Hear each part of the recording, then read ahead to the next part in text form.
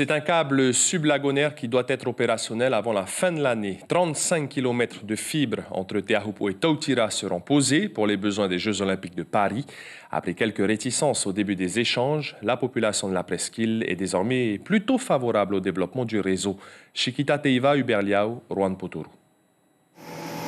Le Whenua Aihere, la partie encore sauvage de Tahiti, est en passe de s'ouvrir au monde grâce au déploiement d'un câble sublagonaire entre Tautira et Teahupo'o.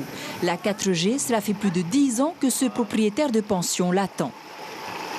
Depuis l'ouverture, on a fait des demandes en tout genre pour avoir l'Internet sans avoir de résultats. Et maintenant qu'on a la possibilité d'avoir la 4G, donc on est vraiment content.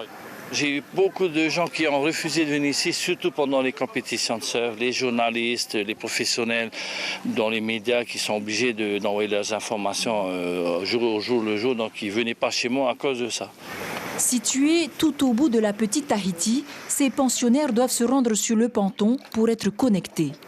Mais être au bout du monde, ça ne veut pas dire qu'on se coupe du monde. Effectivement, c'est une des difficultés de cette pension.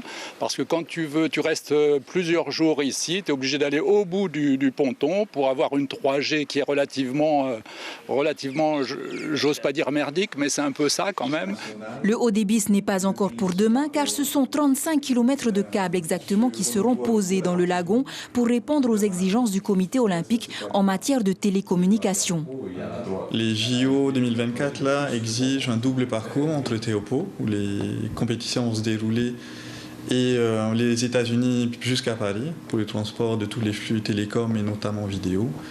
Et ce double parcours, on peut l'assurer, Onati peut l'assurer, avec ce câble sublagunaire entre Teahupo'o et Tautira. Le maire profite de cette opportunité pour sécuriser sa population, alors même que certaines méfiances persistent. On veut bien la 4G, mais on ne veut pas de pylône. On ne veut pas bousiller la nature. Tu te rends compte un peu de voir deux pylônes là, qui ne sont même pas camouflables, à 40 mètres de haut, donc plus haut que les cocotiers. Non, on ne peut pas.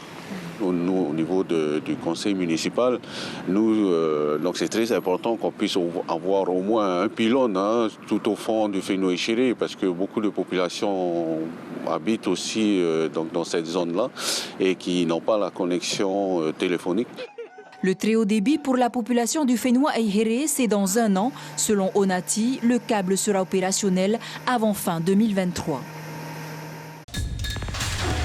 L'information en continu sur Polynésie la première, Internet et réseaux sociaux.